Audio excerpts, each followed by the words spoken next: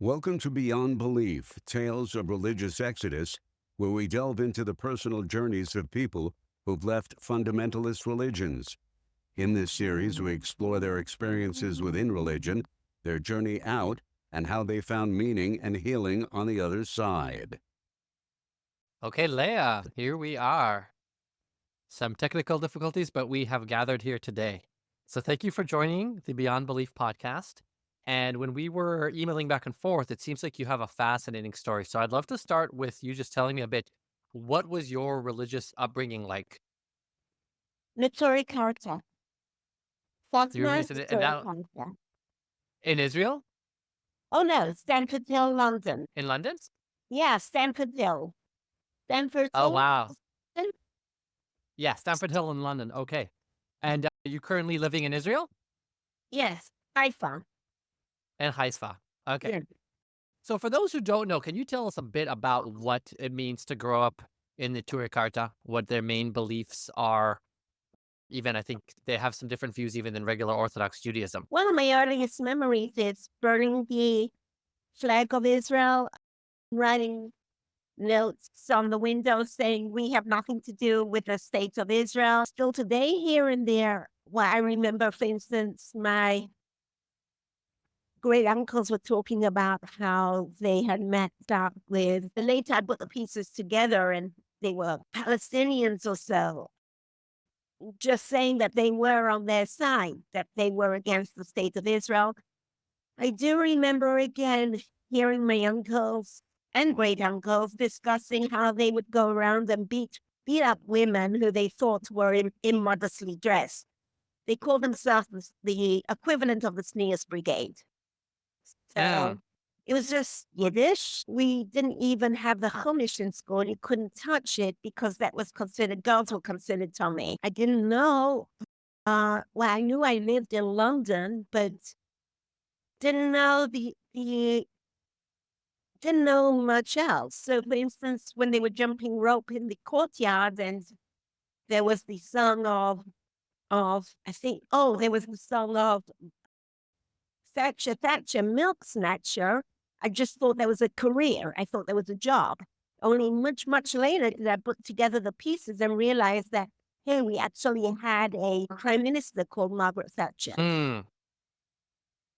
There was no sense of what the outside world, the politics, anything of how the even the country you were in functioned and the people governing it. We were disallowed the library. There was no radio. There were no secular books. Disallowed non-Jewish books. There was totally, it was the equivalent of an echo chamber.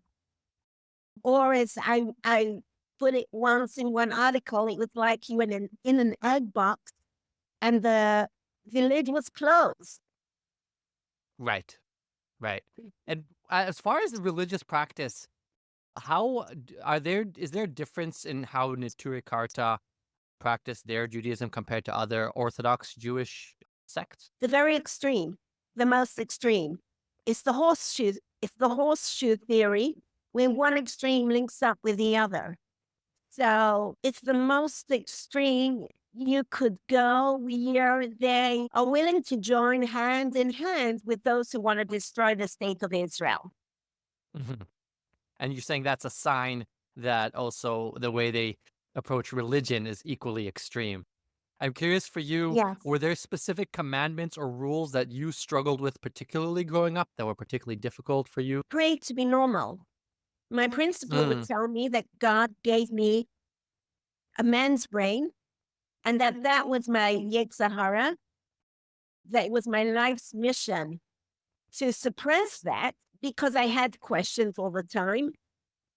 My mother would tell me from earliest on, maybe even from 8 years old or younger, that I had a rahra, a bad spirit to me. So instead of calling my name, she would say, like, lunatic, come here, lunatic, go there. mm, She would do, she would abuse me. I mean, like, put me on the street at night or do all sorts of things to me, which she thought were good in order to get that bad spirit out of me. They honestly, literally thought I was not normal, called it inside me. and that it would be their duty to get that out of me. Yeah. I'm curious if I can elaborate on that. This man's brain that he was referring to. What makes a man's brain in their mind? I was not only asking questions all the time, but it's like my grandmother would advise me. She would tell me, at least, she said to me, everyone's interested in dogs, but you're not. Everyone's interested in children, but you're not. At least pretend. At least pretend to sew or go ahead to sew, even if you're not. The seminary that I went to, there were no lessons in there. We were sent to people's homes to help them with their housework. The lessons that we had were, for instance, how to kosher meat, fish and so. So there would be slabs of meat and water and salt. We learned how to make our own clothes, and we learned how to tie. And we had the Asia style lessons, which is where the principal would speak just about how to be a good mother and a good wife. That was the equivalent of that. And one time, Hmm. for instance, in one lesson, he called Rav Kopi Marshimoy. So I asked him, what do you? And he just sent me out of the class. So I sincerely struggled to understand, sincerely wanted to be the good person. But the more I tried, the more I just lapsed. Yeah, for sure. And did you find your mother leaving you on the street like that? Was that treatment that other girls or kids in your community were treated that way too, or was this No, particularly harsh I even mean, for I you? don't know. I don't know. There were these Mhm. funny things of one day there was someone there and one day the person was gone. And just later, just much, much, much later, I thought maybe, hey, the person dropped out. When the person dropped off, they were considered dead. I'm considered dead. How far it's true or not, the story did come down to me that all dropouts in my community were literally put under Pharaoh, meaning the lights were off, they did the courses, they took out the Sifrei Torah and so forth, which means I'm in that honorific category too. So it may have happened to others. I think with Yeah. me, it was probably my mother was a leader in the community. She was principal of various schools. She was the lecturer of the year. She was often cited in the newspaper, the Jewish Tribune. And my grandmother would often tell me that my mother felt threatened by me. She just didn't want people to, she just felt threatened by me. So, Yeah. for instance, Yeah. when she would beat me or do these things to me, I would yell and so, and she would tell them, well, she just, meaning myself, I'm just mad. And Hmm. well, I scratched my face. That's why I have these spots, or and on and on. Yeah. She would explain it away. How many siblings did you have? I think 7 or 6. I was put aside from them. I was put away from them. They were told not to have anything to do with me because they were told I was eccentric, not good, a bad influence, and so forth. So I was No, born in the even your own attic. siblings. I was born in the attic, and there was a good period of time when I was with my grandmother's attic, away from people, so that people wouldn't speak about me, wouldn't know about me, so that it would not affect the shidduchim of the others. And I was kept away from them. There was also a time on and on and on when I was trying to run away from home, always with my typewriter. Ran away, I was brought back. Ran away, I was. I have so many questions. This is great. Although, yes, I'm sorry for what you went through. That is pretty horrific. That's With the okay. attic, yeah, I'm sure that's what we're here to just discuss what your journey's been and how you've healed from all of that. The attic that you were in, was it your parents' attic, your grandmother's attic, you said? I was sleeping in my attic. I mean, that's where I was put. But there was a good long while where my mother just didn't want me there at all. And she didn't want people to know about me. I think it was after one of the times that I ran away. So then I was stuffed in my grandmother's attic. Okay, so they put you from one attic to the next. I slept. I was always, my regular sleeping place was in the attic. But as said, I kept on trying to run away. And during one Yeah, time when I was brought back home, well, it was interfering with the shidduchim of the others and so. And so my mother thought it was best if I would be kept hidden away from the neighbors or the people gossip. So for sure. then for Yeah, a good long time, I was there in my grandmother's attic. Well, maybe she hoped my yeah, grandparents would curb me. yeah, yeah. And you're not even sure how many siblings you have. Why is that? Is it because you're so disconnected from them? Oh, yes, totally. More than, I think, around 30 years now or so. Totally. They think I'm Now you bad. have for sure. But when you were growing up, were you also not in touch with your There was siblings? a big, no, not really. There was a big gap between them and me. You were the youngest, I was the oldest. the And then oldest. Okay. they were told, besides, it was, and then they were always told that I was not good and so to keep away. Besides, it was unnatural. Sometimes I try to explain that to people. People don't get that. Like the concept of love just didn't exist where I was growing up. That's not a good thing. Meaning, Yeah. marriage exists just to breed. Children exist just because God tells you to have as many as possible. Just spit them out. So it's totally whatever, like I was just thinking about that today. You call yourself freedom, right? Free. So in the secular world or in the normal world, to be free is good. But when I was growing up, the biggest insult you could give someone is to say that you are free. You call Exactly. someone Yeah. an epicurus, right? Epicurus basically means you're a critical thinker. You're an independent thinker. Wonderful in the secular world. Awful, insulting in where I grew up. So it's a topsy-turvy world. It is. It is. Mhm. And so when you would run away from home with a typewriter, which I love actually that image, where would you run to? Where were you running to? One time I tried to run back to the seminary I was, and I just came to one of the teacher's home. He didn't stay long as a teacher. He was the one and only, he was a rabbi and he taught psychology, but he was more of a modern rabbi. I don't know why they had him. He gave just one lesson and that was that. And then he was fired. But Mm. he was my introduction to secular studies and so.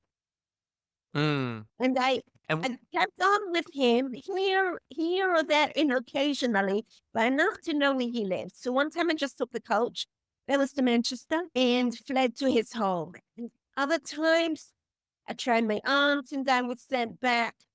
It was the street. Loads and loads of times when I was thrown out of my house at night. Thrown out of the house at night. So often sometimes it was the backyard. And I was starving because I was starved.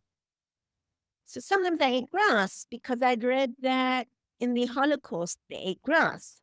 Other times that was when I slept. First I slept in the phone boxes, but that wasn't safe because there were a lot of drunkards and they were banging on the doors. So then I went into the library, and there I saw you can't sleep in the libraries, but that was when I started reading. I read whatever I could, read everything from the source. mhm. I remember St.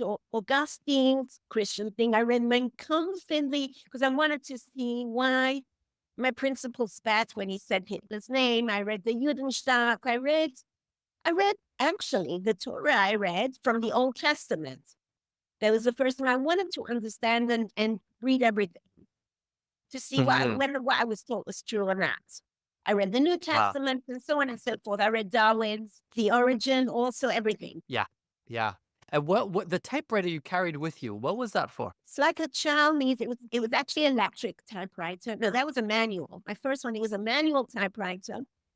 With I think the equivalent of a child needs a teddy bear. Child needs to have one thing that they can call their own. It was the equivalent of my crutch. But also, I would always there were times I was thrown down the stairs, I was beaten by my mother, I was bitten by her, and on and on I would tell her that when I grow up, I'm going to tell the whole world about you.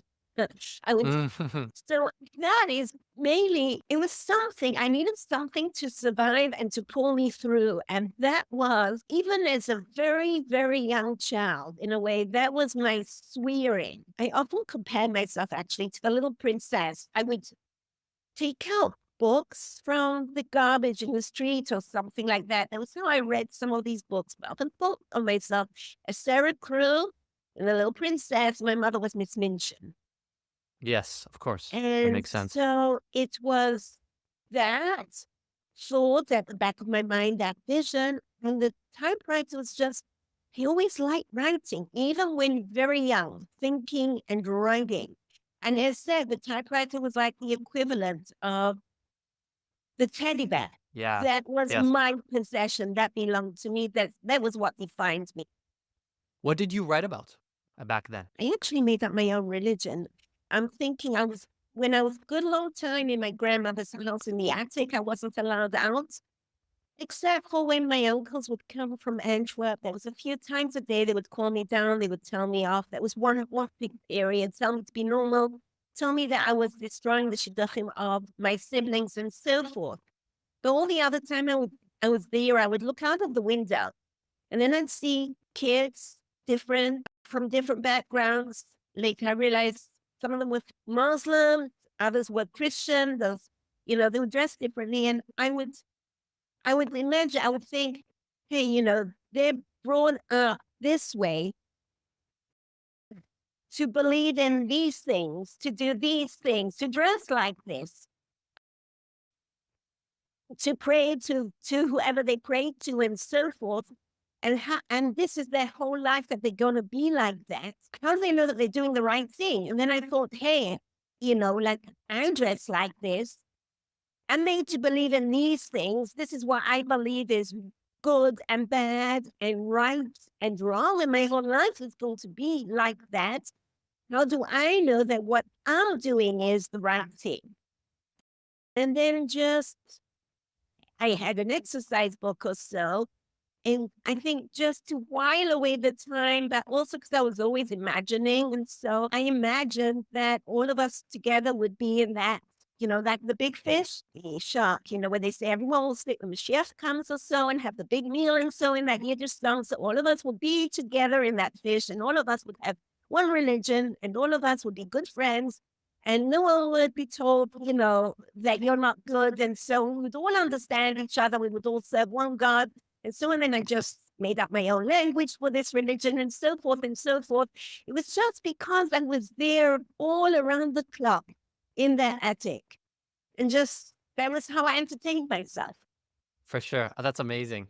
So moving along, we could talk about this for hours, and I'm curious to see the arc of your life. So you're stuck. You keep trying to run away and keep getting brought back. How did you eventually escape? It was marriage. Okay, so you end up But, getting married. Yeah, but the marriage was forced. The forced marriage was marriage. forced. But either way, the marriage was forced. It was deceptive. But either way, because my ex-husband came from America, it was that took me out of Stamford Hill. Then it was a gradual process. But I put the process back to the attic. That's what got me thinking, how do I know I am right? And then all the time I wanted to test that because the equivalent I can say today is, recently, not too long ago, for instance, I interviewed someone from Walmart, one of the executives of Walmart. And he told me like this. He said to me that he told me to guess that if there's something wrong with the computer or so, then Walmart can close its doors. Then it's totally not good business. So I asked, too much information. The data doesn't come on time. It's granted on no. Eventually it is. If the data is incorrect, then there's nothing that Walmart can do. Walmart's a goner. Why? Because, say, Walmart has incorrect information about its users, or if it has incorrect information about how much about its budget or anything like that, or its clients' interests and so forth, the company is at a loss. Then I thought that's the same thing with us, right? I want to have a useful life. I want to have good ROI. I want to make a good business. If I have incorrect inputs, then my output will be at a loss too. Yeah, And that's what I yeah. thought really all my life growing up. I wondered how my input was good. Later, I realized, for instance, that so much of it had been transmitted from earlier generations. And much of it turned out to be good, I would say deceptive, lies, and so forth. But I believe that had become part of my brain. I was embedded in that. See, like Walmart's computer is embedded on that knowledge, embedded on that input. My brain, my inner computer is embedded on that knowledge. And so I Yeah, realized what was coming out of me would also be distorted. And not only was I wasting my life, but I would be transmitting lies on. And for so sure. all the time, that was my passion. Like, how can I find out? How can I get outside myself and see how I can know what is good and what is bad? Now, going back to Walmart's computer, the computer can't get into itself and question itself. It needs data scientists who use evidence-based metrics to stand outside of the computer and to see, hey, this is not good. That's not good. Let's change that. With myself, however, I am part of my brain. My brain is my history of what happened to me growing up and everything that I experienced. I can't get outside of my brain and question because I am my brain. And that was always the riddle. Am I clear? Yes. So Good. how did Thank you. you, what was your journey towards getting that, I guess, updated information? How did you go about accessing it? A lot of it was crazy incidents, and some of it was deliberate. So the crazy incidents were when we first came to Israel. This was after we were married, and I really wanted to know the world. So in that first few months or so, I decided to visit a museum, but I never made it to the museum. This was in Jerusalem because on that same floor, I found the door, and on the door it said, "We are investigating the kidnapped Yemenite kids." And I thought, that's amazing. I want to see what's happening here. So I spoke to the director. His name was David Bedin. He's still there. I just met him the other day. And I asked him about it. And he sees I'm not old. He says to me he's an investigative agency, which is true. And he asked me if I wanted volunteers. Sure, I say. And so for the next few or so years, I actually shook the hand of Arafat's minister. I was with the United Nations. I was with Yossi Sarid. I was in turn a woman in green and a woman in blue. I interviewed the secretary of Neturei Karta and so forth. He had me, I didn't even know there was such a thing as Palestinians. I didn't know there was such a thing as Arabs, anything like that. So he had me sign this disclaimer that if anything would happen to me, he wasn't to blame. And I couldn't understand. I thought, okay. But through this, that's how I met the outside world for the first time. So I met someone called Svea Greenfield, and she was telling me what she thought about Haredi people, which was none too flattering, and I wondered why she did so. And then I was also in charge of looking into the problem of drugs in Israel, that was in Jerusalem. And I remember I read about it for the first time, and the way I memorized it was Mary Joanna. I thought I remembered it as Mary, Jew, for Jew, Anna. So, and I was wondering, these drugs seem so great. Why aren't they in the regular pharmacy? So anyway, so that was one thing how I got to know. Now, another accident was later.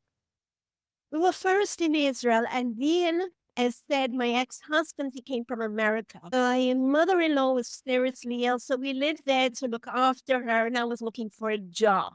She died, and I was looking for a job in America. Didn't know anything about geography. So I was offered a job in Budapest. Now, I knew that there was a Babylon place in America. I knew there were other places out there, other countries in America. I said, sure, I'm ready to work in Budapest. And there we found ourselves in Budapest, Hungary. Again, I am very, very curious. So there I got to know gypsies, and I got to know neo-Nazis because a lot of Jews, their parents hid it from them that they were Jewish. So they turned out to be neo-Nazis. And I followed the cults. There were people who I knew who were cultists. This was shortly after the end of communism, so I got to know communists too. And so like this was another step on my way, was another step further to getting to know people in the outside, I would call it, and talking to them and inquiring and learning from them. So there were strange incidents like this, like these. And throughout all this, you were still religious? Yeah, it was a gradual process. See, there were two things. My intellect was growing. Until then, I was in an echo chamber, and that was all I knew was Stamford Hill. So I was getting to know the world for the first time. I was seeing all different things. I had no fear because I had enough growing up that I had no fear anymore. I was just extremely, extremely curious and starting to know the world. So my intellect was growing. Later, also had a master's in philosophy. That was, I jumped from having no education to a master's. That is when we were in Israel after that. And I just went to the principal of Bar Ilan and so, and I told him, I'm going to do good in the world and whatever, and it will do you, it will help you, it will be a credit for you if I'm part of the university. I was fascinated in philosophy, didn't know much about anything else. And so also I taught myself, I constantly taught myself. I taught myself because there was that question all the time.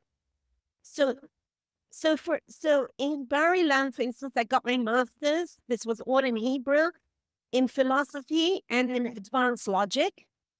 That was my first book that was printed, was on Leibniz's logic. In the meantime, I also taught myself stuff like general semantics, anthropology, comparative religions, everything. Again, just to see how I could know that what I was brought up with was true and good for me or not.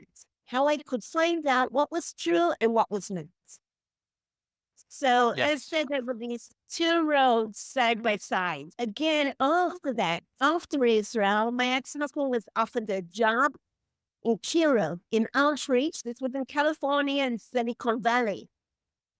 And I was supposed to go along and be the perfect Redison. And I hated it. Was really bored. I hated it. Also, I was a teacher at the side for primary children. So there again, the same, I got, for instance, pet rats, and I got myself a coloring neuron anatomy book and a plastic brain from Amazon. And that's where I taught myself about the brain. Because by this time, I realized that, hey, everything I am is because of my brain. I'm like a clockwork. And this brain is the motor inside me. I wanted to understand exactly how the brain works so then I can manipulate it.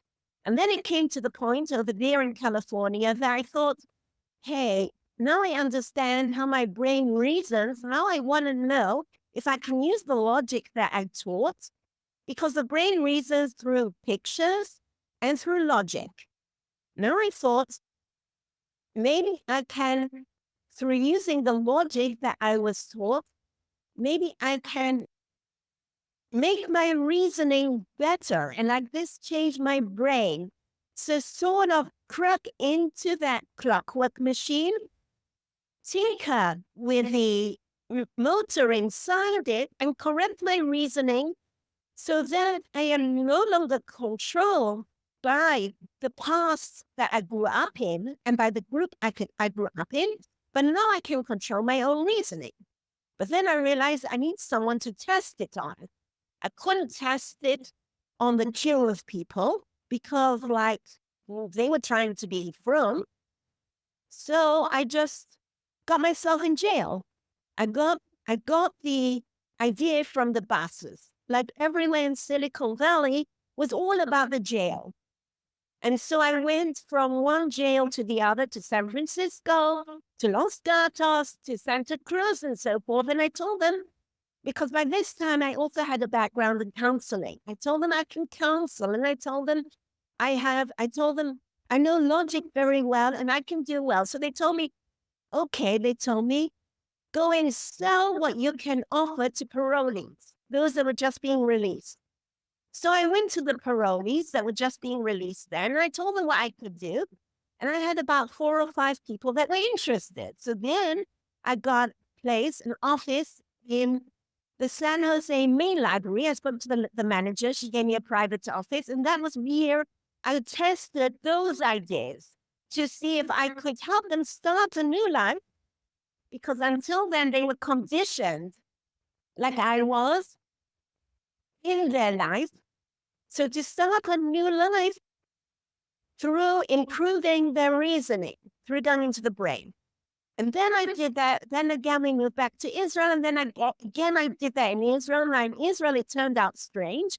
Again, I was allowed to do my program in the Israel Center. I sold it to Phil Shinovsky. And this time it turned out that I turned out to be a sex therapist, even though that wasn't what I was intending. But all the people that came, they were interested in getting better at sex and in bettering their marriage and so forth. So I used that there.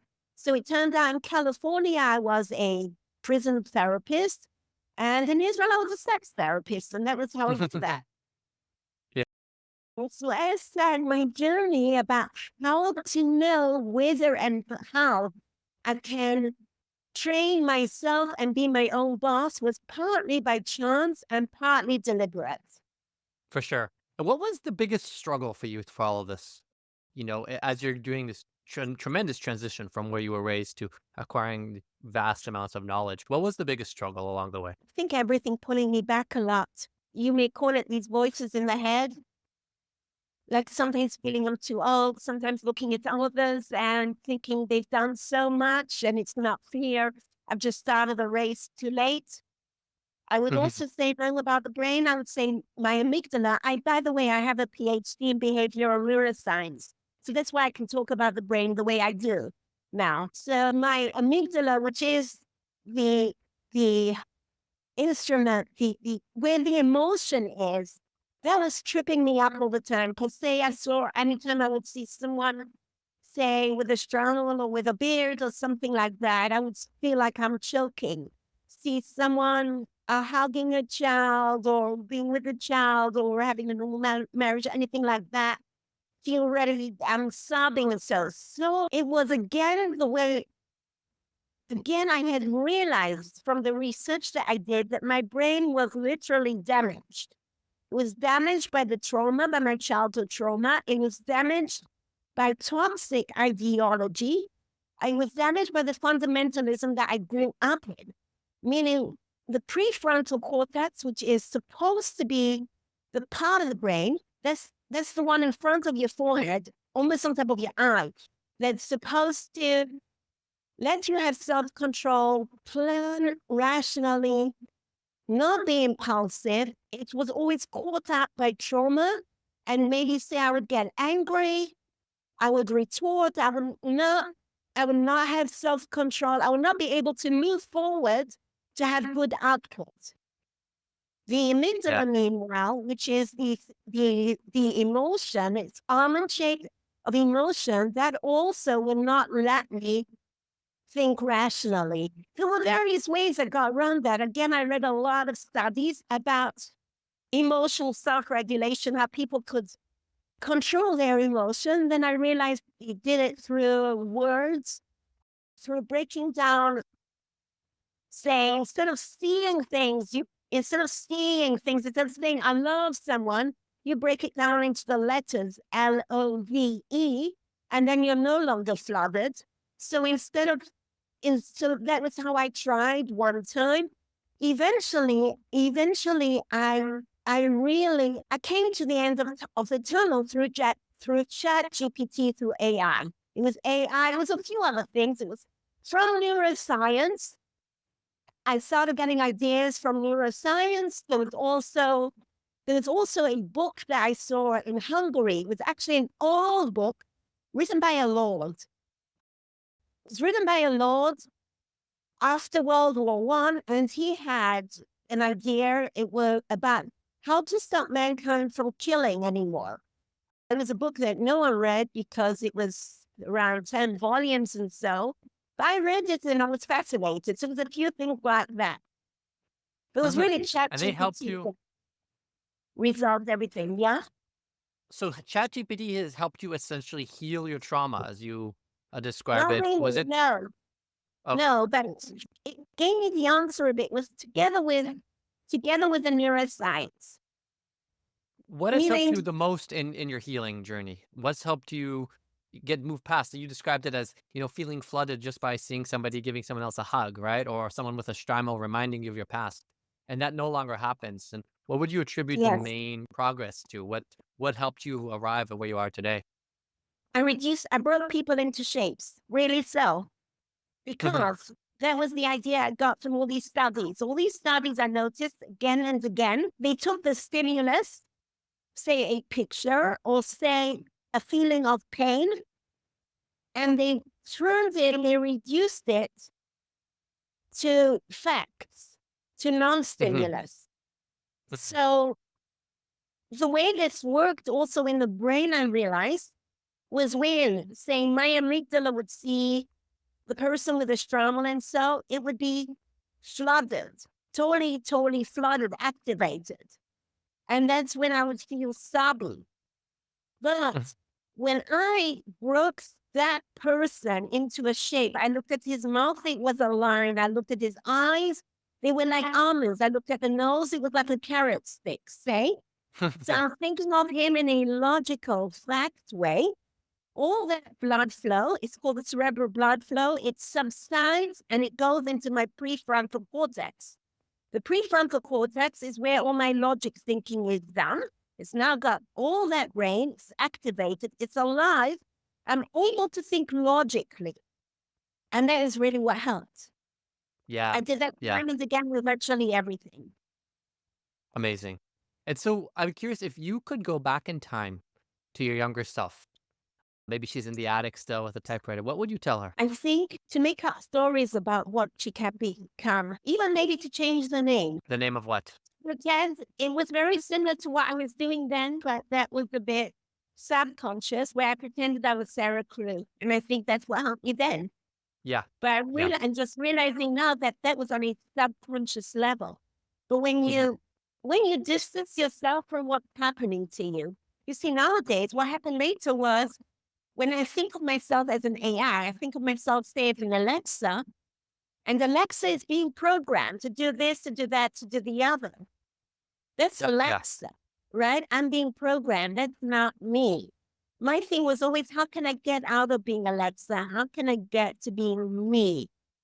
And Right. so then when I would tell myself, I'm Alexa, I'll make up a story. I'm just being, I would have to distance myself from everything by making up a story, by distancing myself from it. Yeah. And I'm so a the robot. story. I'm a robot and I'm being programmed. And they're Mhm. programming me this way and that way and the other way. And in the future, I'm going to get consciousness. Like they talk about robots now getting consciousness. I don't believe that, but let's say I would tell myself, now I'm being a robot, I'm being programmed, but in the future, I'm going to get consciousness. I'm going to spring to life. And then Yes. I'm going to make my own journey. I love that. That's actually really beautiful. Huh. Thank you. Yes. And for you, on the social integration, right? There was so much isolation growing up for you. What has your journey been into mainstream society, friends, colleagues? What has that been like for you? Still have the social awkwardness. It still is difficult. It's still, but I find it's difficult only with certain people, not with others. Interestingly enough, I find that most of my good friends, real, genuine friends, have been non-Jews. Non-Jews also not. Yeah, actually, I've had a cross class. So I've had someone that's a Duchess, say, and I've had very interesting people. Again, I had actually a person from KKK who called me his sister until he realized I was Jewish. That is another one of my crazy stories where I ended up in a Trump messianic cult in the Deep South. Again, that was after my divorce. And I thought Virginia was a great place to live because I'd read The Virginians, a classic story. I didn't know anything about America. I just wanted to live in a totally new place where there would be no community. And so by mistake, I ended up in this Trump messianic cult. That wasn't good. I didn't like it, but I didn't have much money. I was just starting out. I didn't receive anything from my family, of course, no from my ex-husband, so I couldn't go anywhere. So ended up in this capital of the Confederacy it was. My neighbors were Jehovah Witness. I wrote for Jehovah Witness for a while. They were, I was part of the church, pretended, couldn't say I was Jewish there because they were rather anti-Semitic. So I was part of the Armenian church, part of the Baptist church. I looked into all of them. I was just interested in how they were working. I didn't believe in them, but I was interested in how they worked. And then again, instead, one of my neighbors, the KKK was big there. So he was KKK and he called me his sister until he found out I was Jewish. But it was actually people the evangelical church actually had to come to Israel during COVID. Mhm. So I've gone off the point there. No, it's perfect. And so this is all sounds fairly recent. We're talking Trump messianic cult. Yeah. This is all seems like it's in the last couple of years. 2016, I moved to that place. Yeah. So how long have you been in Israel so far now? Yes? 2 years. Okay, so it's fairly recent. So do you Yes. feel like you're still on your journey? What do you feel is next for you? What are you working on or processing through or goals? An agent asked me to write a book. And this was actually, I combined it with my memoir a bit, but it's more about this idea. And then I tested this idea on, my PhD was on 27 ex-terrorists, people that were terrorists, and then they changed their minds independently. And I wondered why they did. But anyway, I got to know these people, I belong to about 16 or so acts, including ex-QAnon, ex-conspiracists, ex-KKK, ex-Christian, ex-Muslim, and so forth. At one time recently, I was offered a fund to bring all these people together and test something where we could work on conflict resolution. I do have something on that. I was with the American Psychological Association on that. But either way, that didn't come through. But anyway, so yeah, my next thing is I've basically finished the first draft of this book and I'm testing it. And one way was also with you to test this idea, For sure. bringing And it up here. have you written a memoir? Because your story obviously is incredibly fascinating, or is it still in the works? The actual story, not really, but the background. I was, I was a column. First of all, I was one of the early writers in emerging tech. So my clients included Google, Amazon, Microsoft, Yale Law School, and so forth, which is how I know so much about AI.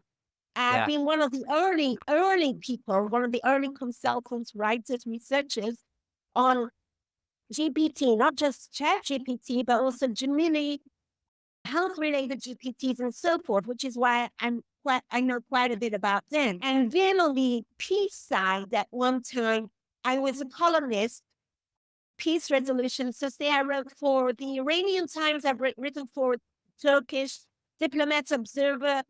I've written for a think tank connected with Saudi Arabia, actually the UAE, and so forth. And that's where I wrote bit by bit as my ideas sort of evolved and developed. Also, I have moderated my own radio shows, 3, and I have spoken on different podcasts. I was never a really good speaker on them. I would bore the people, and they would just, Yeah. it's something we're working on. I hear that. Yeah. There's so much, you have so much inside that you want to share, essentially, right? And it's hard to sometimes know what direction to take it when you have 6 ideas at once, right? More than that, as I recently heard that it's best to stick to one point. Don't add to it and don't say anything irrelevant. No, unfortunately, I don't think I've stuck to one point here and I've said too many irrelevant things. You've been great. You've been awesome. It's such a brilliant story. We only have fragments of it today, and I'm sure people listening would love to hear even more about the story at some point. To wrap things up, I'm curious. You have such an interesting perspective on the world, and you've gone through such an arc from, we'll call it, complete ignorance and being sheltered from all knowledge to a vast repertoire of knowledge that you like. I wrote in my notes here, instead of an insatiable quest for truth and for knowledge. And what would be your advice, recommendations for others maybe they're just leaving religion. They're just, they're grappling with their own past. What would you recommend to others that worked for you from your experience? That they're not a computer, that they're not an AI, that until now they have been programmed. But the Hmm. brain is a plant. The brain grows and it evolves. And yes, it's been embedded by indoctrination and ideology and all this toxic, awful mental contamination or bugs, I may call it.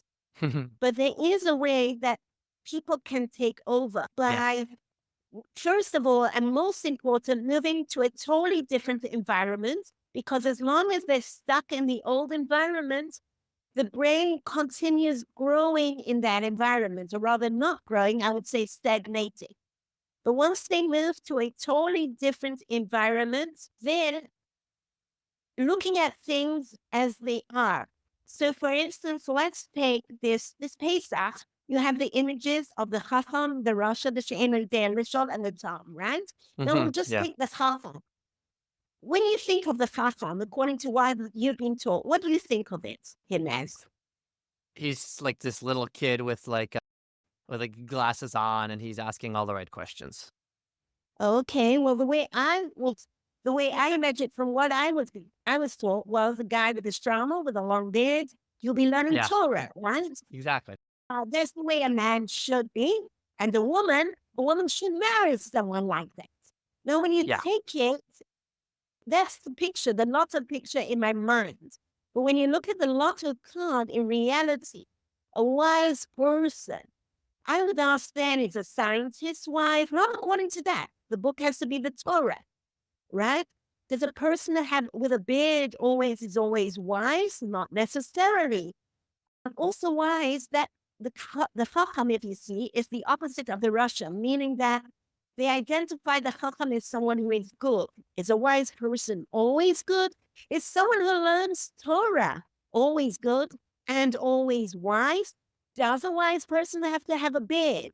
So on and on, growing up, the experiences that a person has and what we were taught has put these associations in the brain that the brain acts on without thinking. It's automated, exactly like a robot. For me to take charge, I would need to see everything as it is. I would need to see a person with you without the yarmulke, right?